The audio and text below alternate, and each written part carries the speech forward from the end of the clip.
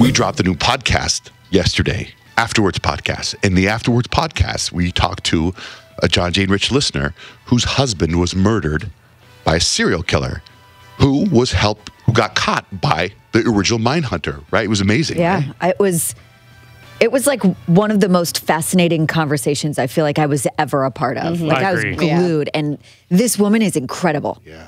Man. So if you find the Afterwards, you can find the Afterwards Podcast. It's up now, wherever there's podcasts, iTunes, iHeartRadio, Spotify, wherever, go find it. We'll post it all over our place so you can just swipe up.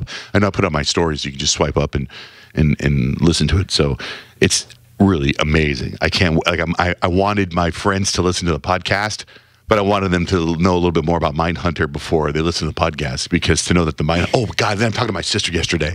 And I'm telling her about Mindhunter, that she needs to watch it. She goes, what's that about? I start telling her, she's like, oh my God. And I start telling her the name of the Mindhunter guy, Robert Douglas. John Douglas. John Douglas. And she's like, oh my God. And she's met with him many times about a show. What? Excuse me, many times? Many times. She actually, right now she runs Gordon Ramsay's empire, right? Before that, she was the president of TLC.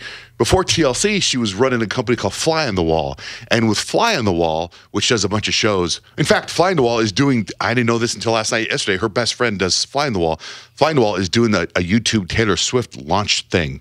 Remember when Katy Perry did this thing on YouTube where she was live for 20 minutes? So my sister's friend is doing it with Taylor Swift on Friday. That's live, cool. Fly on the Wall. So my sister was with Fly on the Wall, and they had done with the Mindhunter guy, they had done reenactments, like a Mysteries Unsolved with the guy, the Mindhunter guy, but they didn't sell. They never pitched it or something. They did it, they filmed it, and then they didn't like it. So like they're all in the can.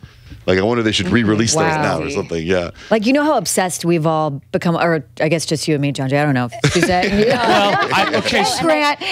Really thought about watching it. Yeah, I haven't jumped in on season 2 yet. I watched all of season 1, and for some reason, I've had to get myself in the mindset of watching season 2 because I know it's going to be heavy. See, do I need to watch season 1 to understand season 2? Kind of. I think so. It's more fun. Okay. It's more fun if you do. But it's like, it's only 2 seasons. It's not like you're like 8 seasons in. It's not that big of a time commitment. But here's the thing. So this killer, one of the serial killers, the BTK killer, bind, torture, kill killer, who was just caught in 2005 or something like that, right?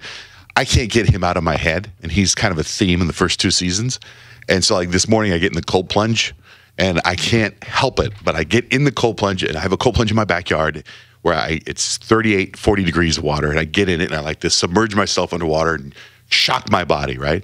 And every time in the last couple of days, especially this morning, I'm underwater, and I swear his hand is going to come in and hold my head underwater. Oh, it's that? Oh, no. And I'm underwater, and I'm just waiting for that hand to touch my head. It is. And I'm just thinking about this guy all the time. Do you know what I mean? I think about like all of it all the time. So much so that I was like, I mean, I don't know the right word. So this is not the right word. I know it before it's coming out of my mouth. But I was like jacked after that conversation yesterday when we recorded the podcast and we talked to Melissa, her story.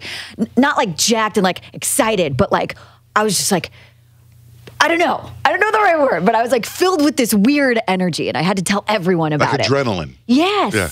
And I told Scott about it, and I don't think he really realized how obsessed that I've become with the show, with learning about these serial killers and like this history of all these people. And I'm telling him about, do you know, it's like there's serial killers right now.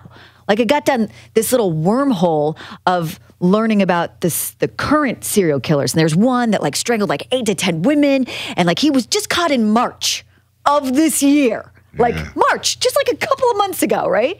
And then to find out when we talked to Melissa in the podcast that what she did just 3 weeks ago with the killer of her husband. Yeah, when we found that out, my whole arm, the goosebumps came out everywhere on my body. When she was telling us something, she goes, yeah, well, that was 3 weeks ago. Like, what? 3 weeks ago. Man. And I'm telling Scott, and I'm going into like all the details of all these different killers. He goes, I'm a little worried about you. And I'm like, what? What are you talking about? He's like, you have to be really careful that you're not like so obsessed with it that you're attracting this evil into your world. That's a good point. And I'm like, I don't see it that way.